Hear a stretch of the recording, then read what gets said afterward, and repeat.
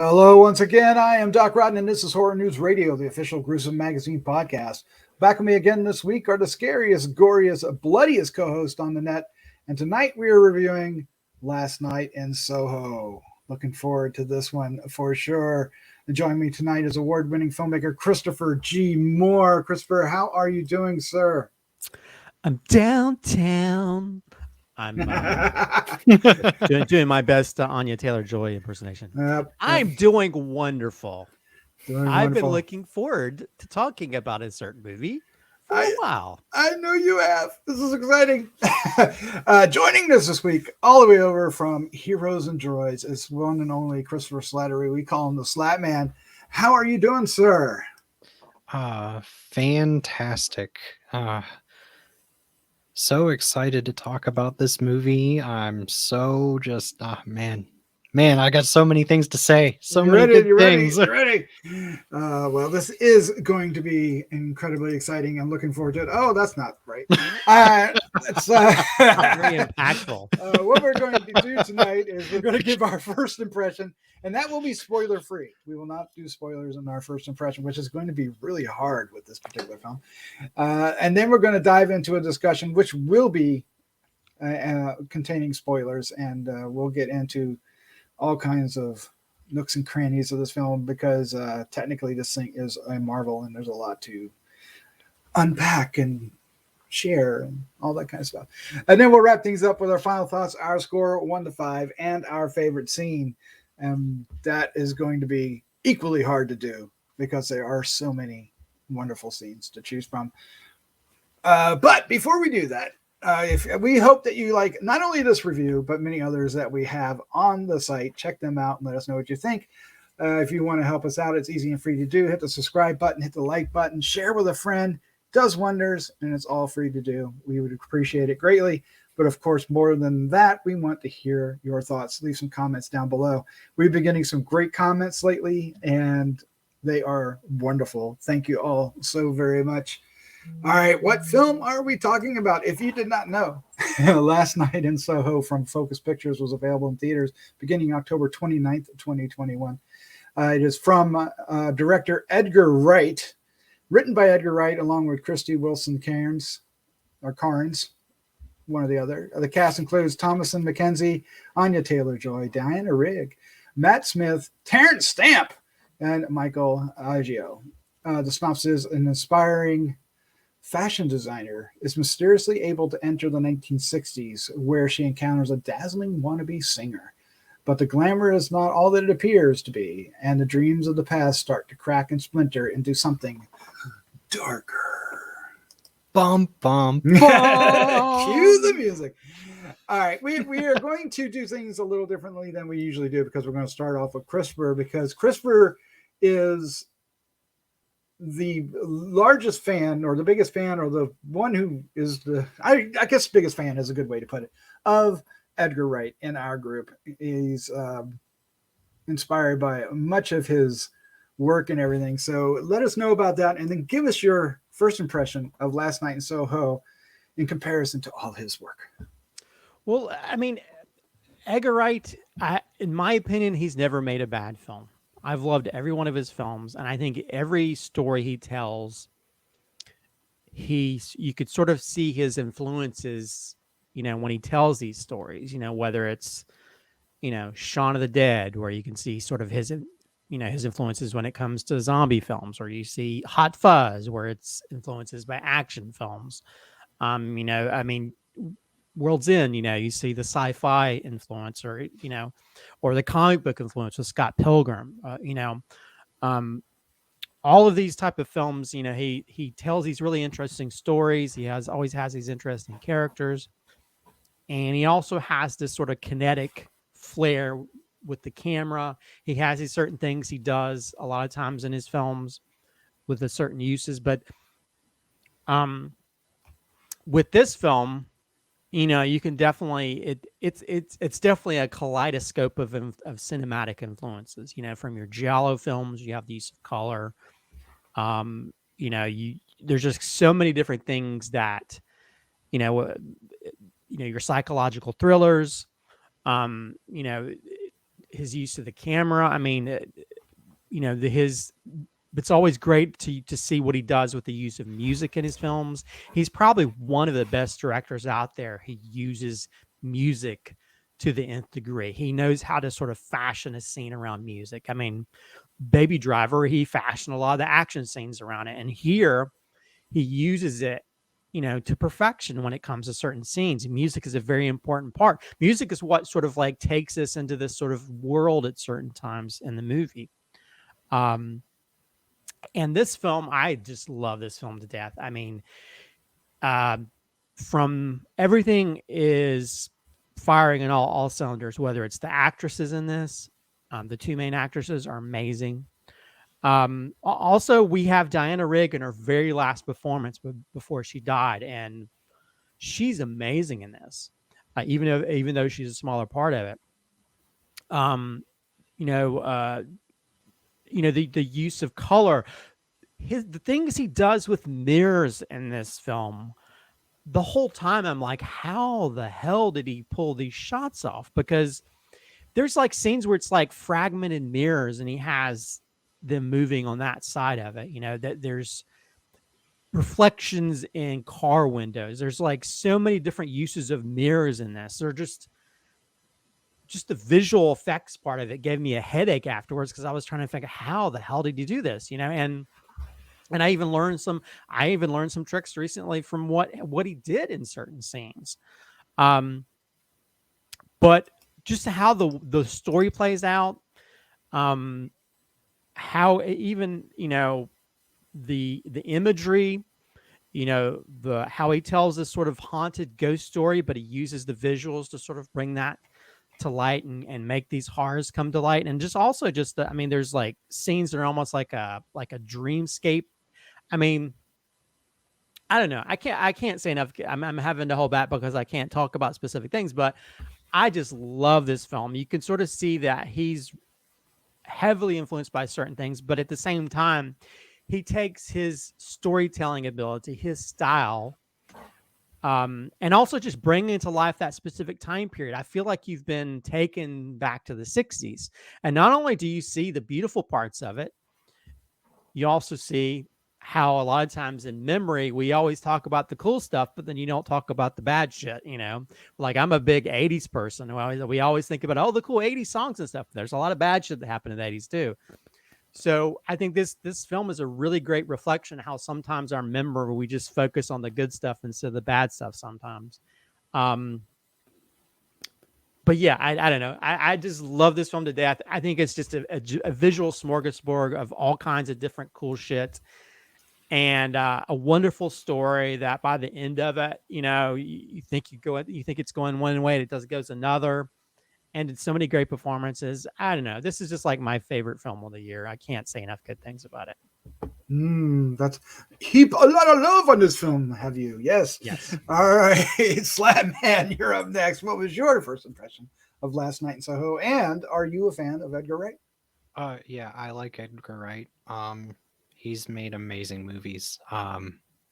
There's no really any way around it. Like that, it's just, you know, it's just amazing movie after amazing movie after amazing movie, and they all have their reason to be amazing, whether it's an amazing setup or great comedy or action comedy or just style. Most of his movies, I feel like, come to the style. Like they all ooze style in one way, shape, or form.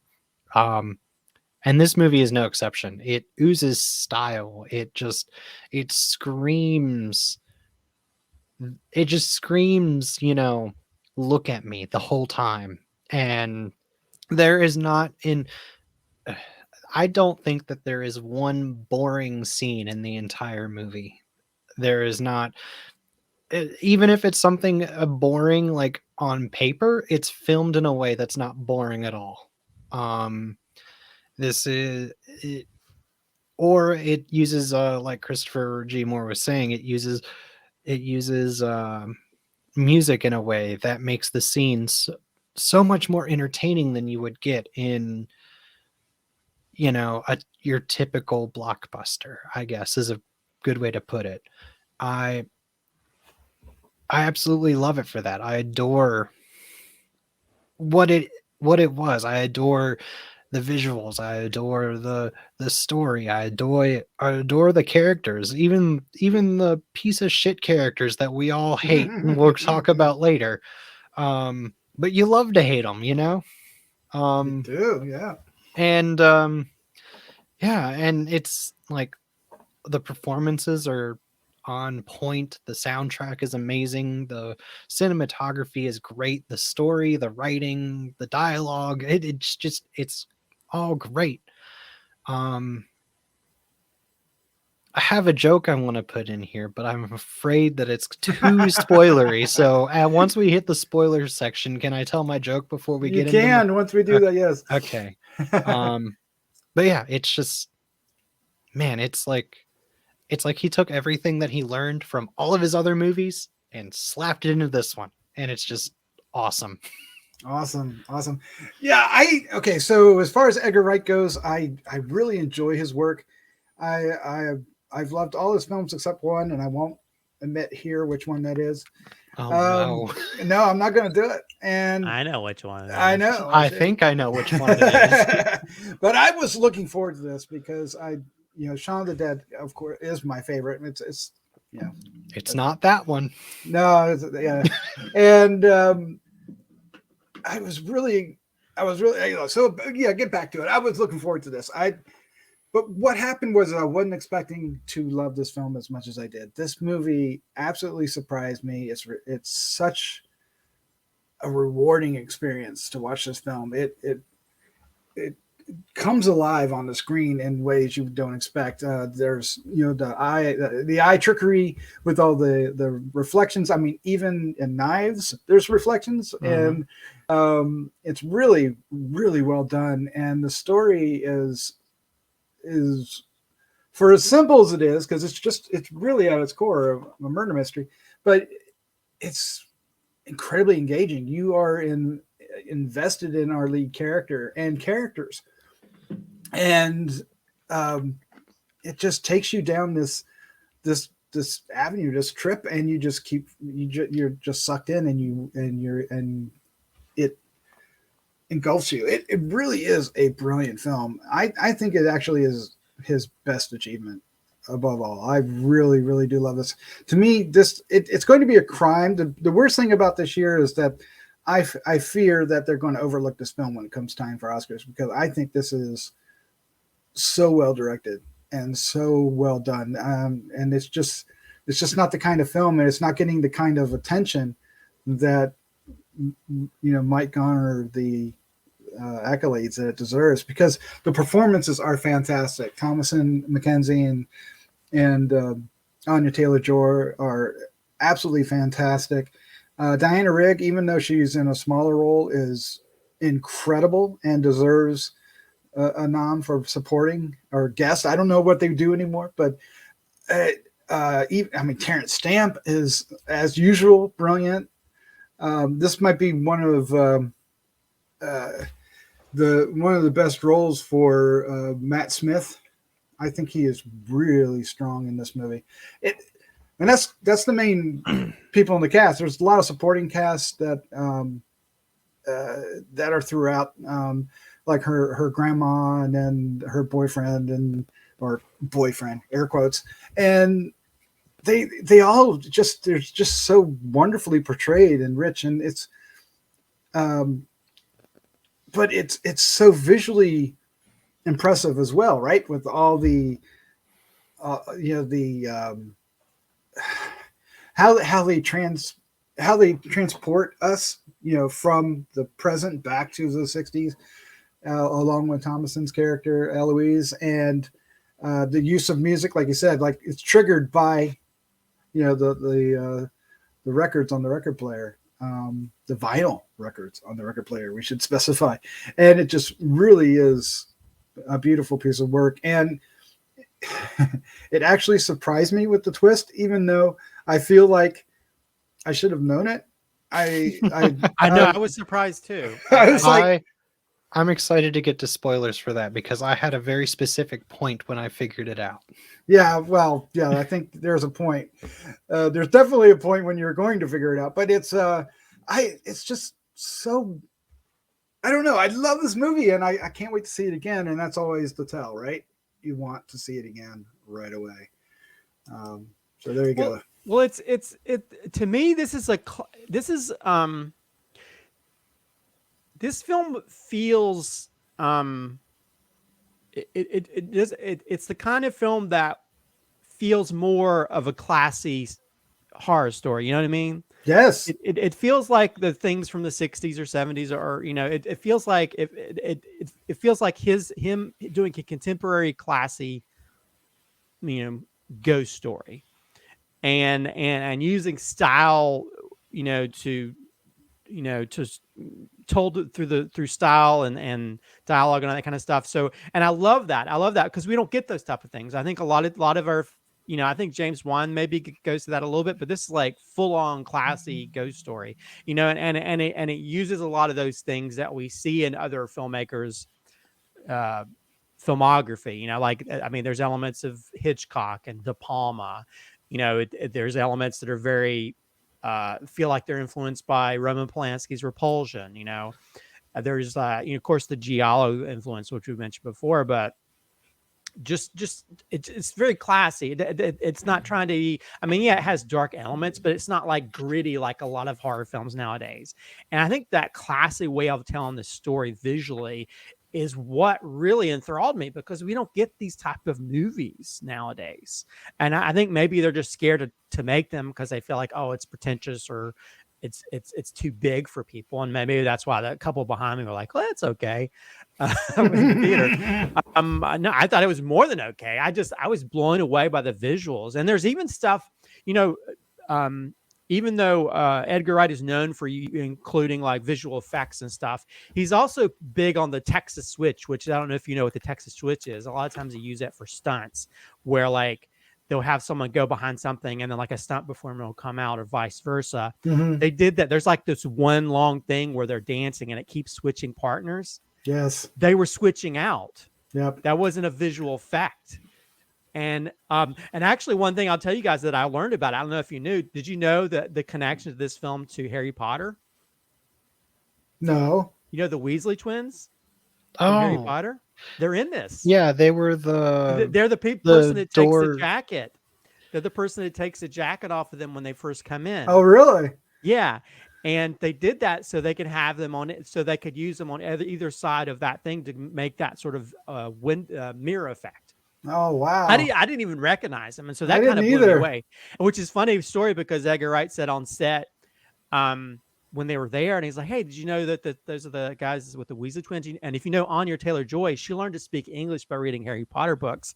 So she's freaking out. And Edgar Wright was, maybe I should have told them after we shot the scene, because they had to coordinate so many different things, and that whole dance thing. Anya Taylor-Joy said that like she can't watch that scene because all she just thinks about is like 1, 2, 3, move, 1, 2, 3, move. But yeah, I just love that. I mean, for me, it's like, if you look at it, there's segmented mirrors where there's, these little edges on certain mirrors and stuff. And the whole time I'm like, how did he pull this off to where it looks great?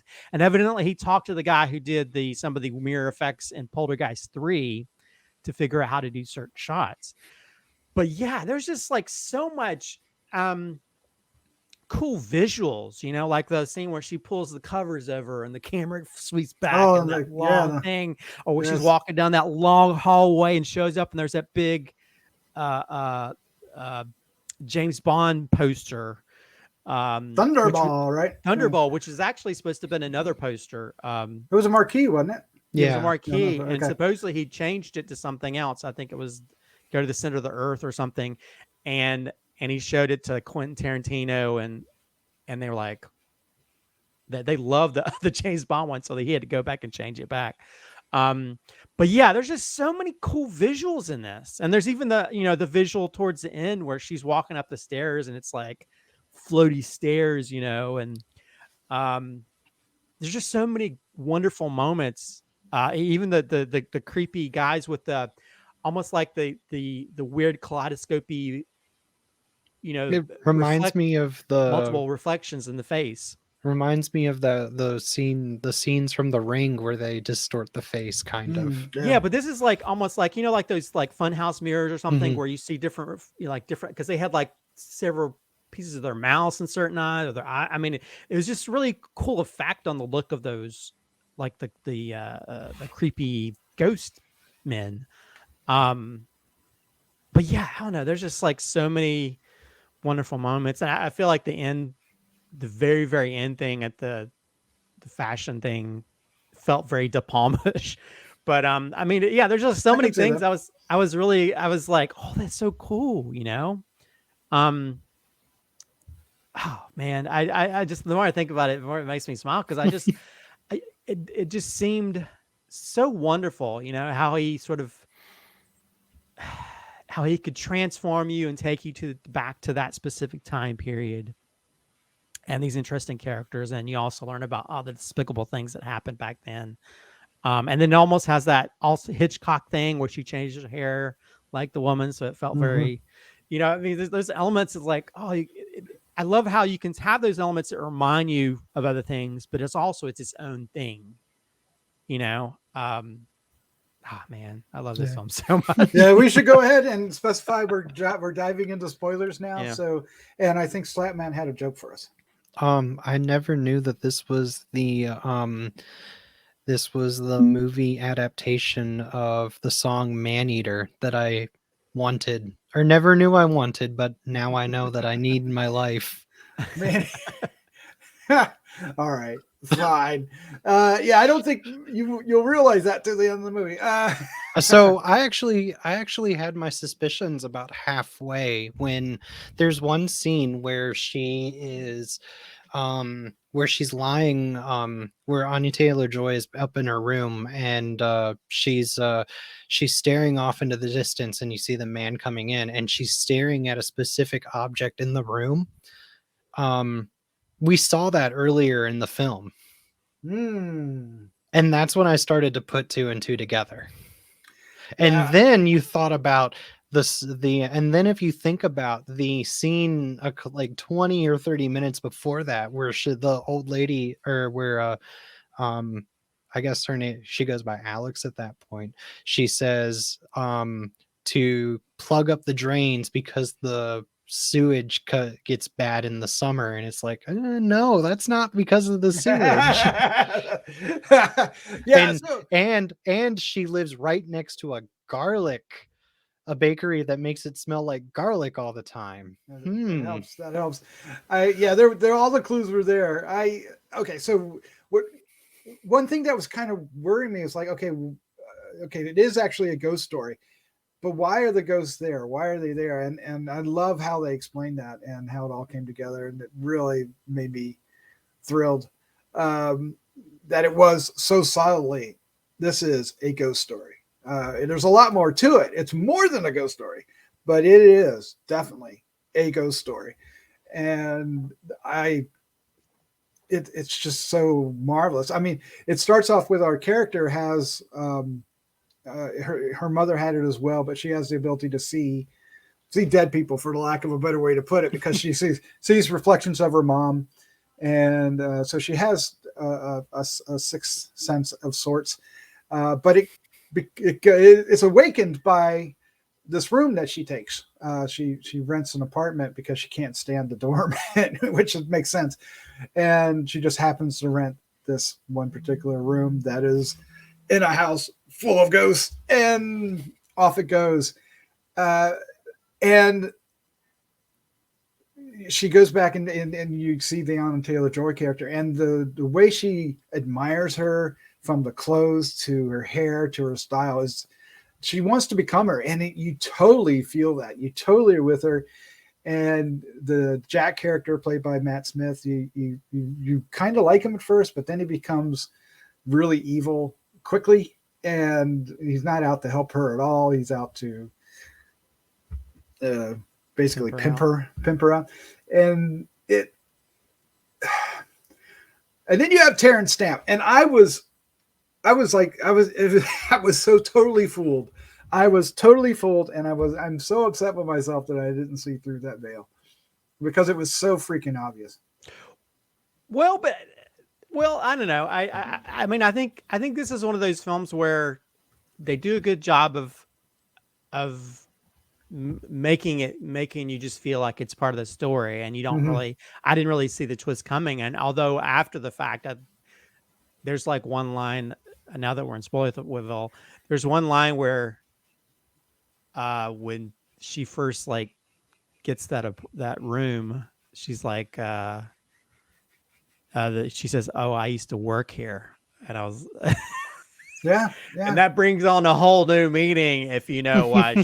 Yeah, but I don't think we knew that yet, right? No, we didn't know that, but I'm just saying at the very end that clicked in my head, and I think that to me that's perfect storytelling where you can have someone say something and you don't think anything of it. I thought maybe she was like a maid or something, but then after you see it, it's almost like the M. Night thing where you're like, oh my God, he's been dead all along. I didn't see her. Yep. It's like, oh, she was the murderer all along. I didn't think about that. I mean, and I love that. I love that. I think I went into this not really thinking there was going to be a big mystery element. You know what I mean? I just thought it was just a regular story of her uncovering this killer. And that aspect of it, I was like, oh, because I mean, I think when she went in the room to drink tea, I was like, oh, this is that's about the time I was thinking this is like Get Out, you know. I was like, oh, something's wrong here. You're going to go into the dark place. But you could say that I died there. Yeah. I mean, it's, and I love that. I mean, and I think that's why I feel like I really, if anybody should get a nomination, Diana Rigg should get a posthumous or posthumous nomination, because she's really amazing. You know, just the two elements that you get to see of her character, but I also want to say Anya Taylor-Joy, you know, just the physicality she does in this, where she's dancing and stuff, and singing. She's just uber talented. I'm so jealous of her abilities as a performer. And that's actually her singing too, because they a couple weeks ago they released kind of like a little music video-esque thing to promote it, where it was her in the studio actually singing the song. Well, yeah, you can get the albums now, because I listened to it on Apple Music, and you can listen to a couple of versions of her singing that song. But yeah, I don't know. It's just so. And actually, if you didn't know, the reason it's called Last Night in Soho is because of the song, but Quentin Tarantino was talking to him one day, and he's like, "Oh man, you know, Last Night in Soho would be a great name for a movie." and Edgar Wright had to tell him, "Oh, by the way, I'm gonna call my movie this." But yeah, I don't know. Yeah, the storytelling I think is just so wonderful, and just the elements of going into the sort of the nightmare dream world and going back and forth and that kind of thing is really kind of cool. I love the scene at the Halloween party. It's just visually really kind of cool. Although I felt like there was a couple of people dressed as different. I think there was one who's dressed up as the nun. Oh no, I didn't see that. I feel like there was like things that were sort of variations of movies that we know. I mean, it wouldn't surprise me. Edgar Wright likes to put like little Easter eggs like that in his movies anyway. So well, yeah, I know. Well, they're also, if you watch all of his movies, he usually uses twins in about every film in some variation. So we definitely get that with the Weasley twins. But yeah, I don't know. There's just visually, I mean, the costuming in this is amazing. That this film should get nominated for its costume design, and also production design. There's some really, I mean, that house is really kind of creepy, and I love the you know, you have like the light that turns different colors, you know, and adds that kind of weird ambiance to it. The neon lights outside. Yeah, definitely. This movie is is just stunning to watch. But it really is crafted in a way to keep you guessing, and you don't even know it. You don't even know that you're being fooled, and I love that. And they do it multiple times too. Oh yeah. And let's talk about Terence Stamp just quickly, because he has a small role as well, but he makes such a big impression. Of course, it's Terence Stamp. Of course, he's going to. But like when she confronts him in the cellar bar, and he does that little piano thing, he's so smooth and so great. It totally sells you on what they've been convincing you of the entire time. And oh man, I was just totally enamored with the cast in here. I really loved it. I like that when she would go back to class and she would freak out and they were like trying to figure out what was going on with her. And it was just really, really thoughtful and intelligent film, and definitely everybody should watch it. It is at the top of my list, and I did not expect it to get there. I will be honest. I did not expect that. Does it overtake Free Guy? In its own way, yeah. I mean, and we still have a couple of biggies coming. Will it stay at the top? Ghostbusters and Spider-Man both have the opportunity to knock it off its pedestal. But I think it is. I think I really, as far as being an achievement, I think this is the best film. I think I might have been more entertained by Free Guy, just for other various reasons. But this one is a far better film, directorially and production wise, and with half the budget. Well, that is not dependent on other as much intellectual properties as Free Guy is. Yeah, true. Other than maybe a James Bond poster or other things. But although we do get that nice little dance where she's dancing like Breakfast at Tiffany's. She puts the thing in her mouth like the little cigarette from the poster. Wasn't the poster like in the background? And yeah. She looked just like it. Which I like the book ending too, because you have her dancing in the beginning, and then we have Anya Taylor dancing the same type of thing at the very end.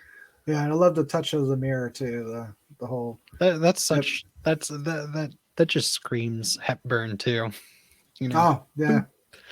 Well, and I think that's why I like this. You can see Edgar Wright's love of 60s cinema, and how that was an era where you had like a classy type stories, you had those classy type characters, and these characters feel like they stepped out of it, even though we do have parts of it they're more contemporized or more of a contemporary world. But I think the storytelling in this we don't really see in movies as much anymore, and I really wish we could see more like this, because I think this is definitely a cool achievement that sort of like pays homage to older films, but also shows you how you can take that kind of thing and make a contemporized story, with really interesting characters and have like the genre side of it.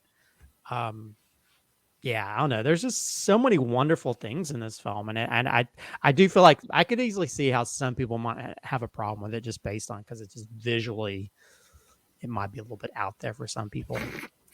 Might be. All right, well, let's go ahead and wrap this up. Let's give our final thoughts, our score 1 to 5, and our favorite scene. We're going to go back to the usual order, and Slattman, you are going first. Oh no. So I will tell you right now, I'm going to cheat a little with my favorite scene. So I have two standouts that I really wanted to touch on. But it's okay, because there's like 50 billion amazing scenes in this movie. I love this movie. I'm going to give it a 5.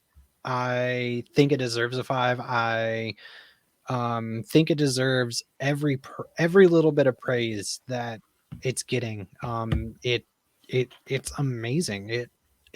This is one of those movies that we're going to look back on in 10, 15, 20 years and think, wow, this movie holds up because of the style, because of the magnificent story, because of the excellent cast, the great performances. This is, I really think if it doesn't hit mainstream success, this is going to be one of those movies that hits cult classic within a couple years. As soon as people start to really get into it, I absolutely love it, and I think I wish more people would go see it.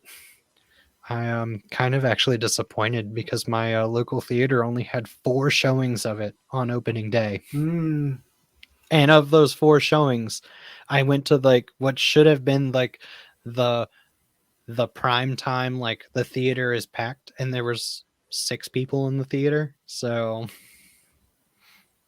I don't know. It failed to draw audiences. I think it and Antlers both made what, 4 million each this past weekend, and it deserved to make far more. I have a feeling this is going to be grossly overlooked.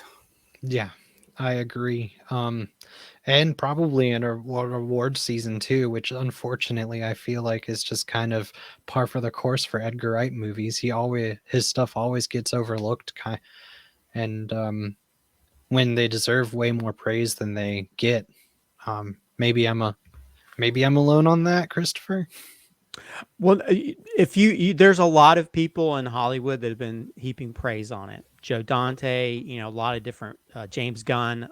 There's a lot of people who are in the film industry who've talked about how much they love it. So, and those are the people that vote on the Oscars. So I think I'm hoping that it'll at least it's going to get some nominations. I mean, it should get not it's the cinematographer is the cinematographer for I forgot the guy's name, Park Chan Walk, or I think his name is, who did like Stoker and that kind of stuff.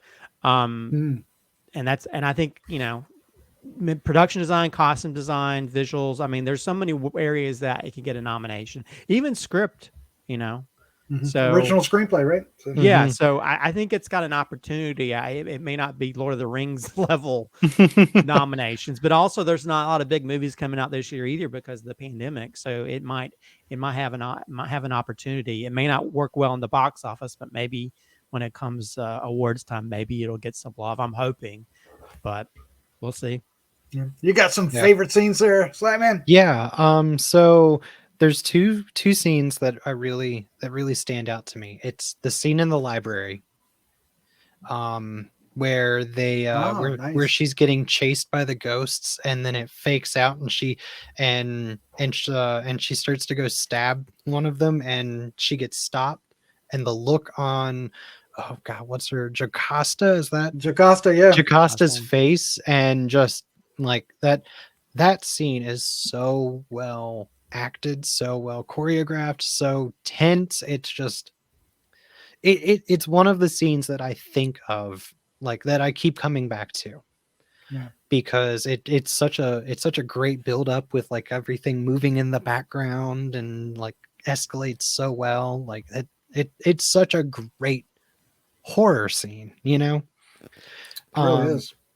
And then the other scene that I really want to that I think of is the first time we go into the 60s with Anya Taylor-Joy's character, and we walk out, and it's and you see the marquee and the street and everything, and just it's gorgeous.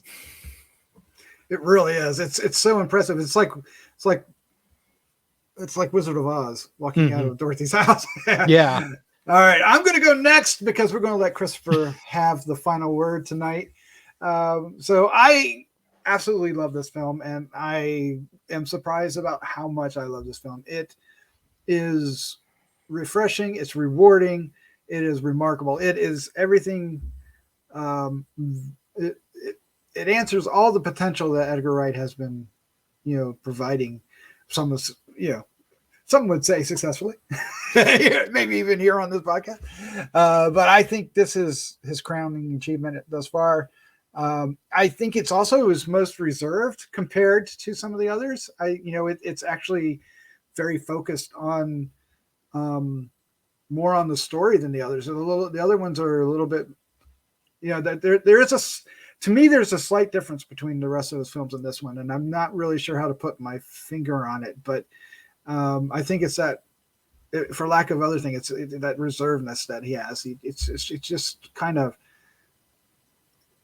more about the story and the technique than, going for the laughs or going for, these big oversized scenes. It's really focused in on these characters and these moments and this retro feel, even the present when you're around Eloise doesn't feel like the present, even though the other people around her do. It's really, really interesting. And Thomasin, her voice alone, there's this weird characteristic to her voice that's like just above a whispery kind of thing, and it's really interesting. And she's captivating in this as well. So I absolutely love this. The cast, direction, everything, 5.10. Absolutely. Favorite scene. There's a lot. And I was so absorbed in the finale of this, but when you see her reflection in the knife during this one scene, it just I don't know, it was just like pure cinema. That's only something cinema can do, and it was so gorgeous and so impactful, and it has so much meaning, and the music's blaring, and all the scenery around it and everything. It's just all that. And on the other side of things, because that's kind of like, impactful and stuff, but is I guess the song, right? The intro song where she comes out and sings downtown. I really love that. I really loved it. And I loved our, main characters watching it, but nobody else knows she's there because she's not. It's really weird. But it's just a beautiful scene. Yeah, that's where I'm gonna put it all. All right, sir. The floor is yours. Let us have it. Well, to sort of repeat something that I said when I first saw it, this is a Edgar Wright basically taking the sort of classic horror movies of old and doing his version of it, and doing it amazingly. This is a scrumptious, classy horror film that wears its horror influences like layers in a cinematic cake and ices it over with his kinetic style, visual flair, inventive framing, and use of music. It has the colors of giallo, the psychological horror of repulsion, the shot artistry of Hitchcock and De Palma. The soundtrack helps to fuel the visuals. I mean, I can't say enough good things about this film, and I love seeing filmmakers who try to tell different stories and try to challenge themselves. And the stuff he does with mirrors in this film are just mind-boggling. It's crazy. And as a filmmaker, I'm just like, how the fuck did he do that? Yeah, no. I mean, literally, I'm watching it and I'm like, I think there might have been like maybe one part I kind of like I could sort of see, because there's one part where she's trying to break through. Mm-hmm. You could sort of see it was kind of off, but it didn't really bother me because the whole time I'm like, I don't know how they did 90% of the stuff in this. And it's just beautiful. It's a beautiful storytelling. And I think that's why Edgar Wright was made to be a filmmaker, because he tells his story in the best way visually possible that anybody can.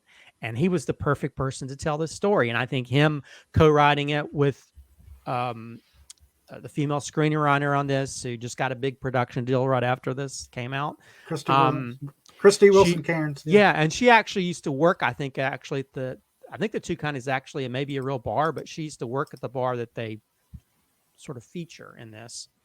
And I think that the actresses are amazing.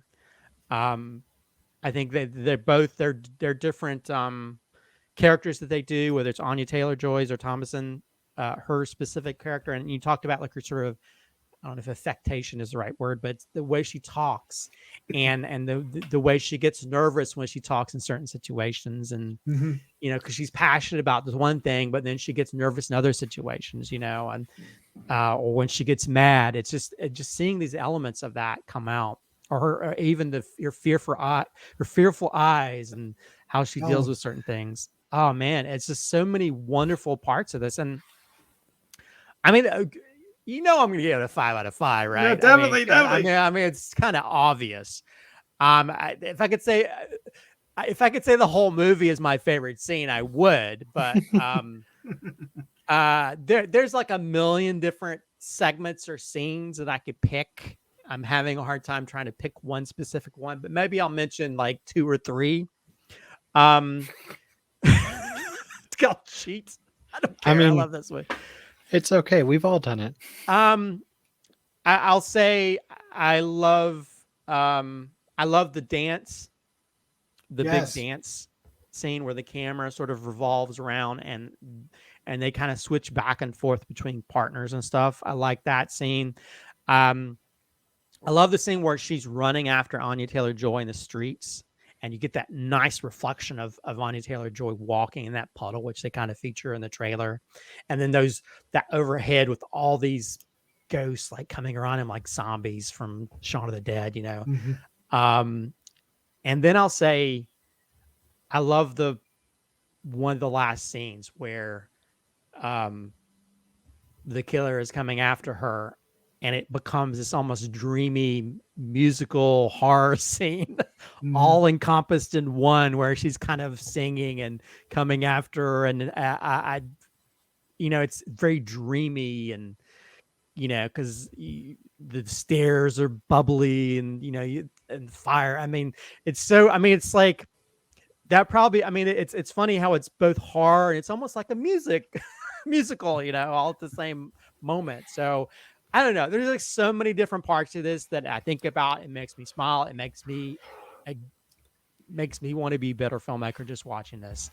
And you can sort of see that he's really just had a great time, and he had a lot of time to work on editing it because of COVID. So that's probably helped to make the best film possible. So I know that's probably more than one scene, but I like this film a lot. You like the entire 2 hours. The writer wrote a lot of Penny Dreadful and wrote the film 1917, and is scheduled to write the Taika Waititi. Is that right? Yeah. The Star Wars film he's going to do. Oh my God, that's going to be so good, pal. Sold. Just you know, same take that writer and then take another amazing director and put Star Wars in it. I was already excited about Taika making a Star Wars film, and now that she's involved, the only thing that could be bigger if Edgar Wright's like, you know, I'm going to make a Star Wars film. That would be the only. I would love to see Edgar Wright and Rian Johnson work together, because within the last couple of years, they've made probably the 2 best murder mystery movies. Interesting. They're totally different, though. Yeah, they're totally different, but they're written so well. Both of them are. And both of them are, in my opinion, written to the point that they should be studied, because they're written in a way that you, as an audience member, can figure it out beforehand. And all the best murder mysteries are written that way. Edgar Wright should make, if you're listening, if you're watching this, Edgar Wright, which I'm sure you're not, maybe you are, make a detective mystery movie with Nick Frost and Simon Pegg as like the Sherlock Holmes and Watson. Oh my God. Please do that. Do a murder mystery with them. I'm sure you want to work with them again. This is a free idea. I don't want any gross points on the gross. Just make it, please. Let's make anything. Yeah, I'm looking forward to whatever he's doing next. All right, well, there's our review for Last Night in Soho. Heaps and heaps and mounds of praise. If you weren't expecting that, you weren't watching. Oh man, we hope you see it. We hope to hear your comments down below. Regardless of your opinions of the film, we want to hear your thoughts. Christopher, Slattman, thank you for joining me. This was a lot of fun. Oh man, I was looking forward to this so much, and I'm glad we could talk about it. Yeah, thanks for having me. This was awesome. Yeah, you're going to return for this when we do Ghostbusters Afterlife in a few weeks, right? I hope so. Yeah, you better. You We'll better. see if the Stay Puft Marshmallow Man gets to me first. No, that might. A whole bunch of little mini ones might do it. All right. With that, let's say goodnight. Good night. Good night.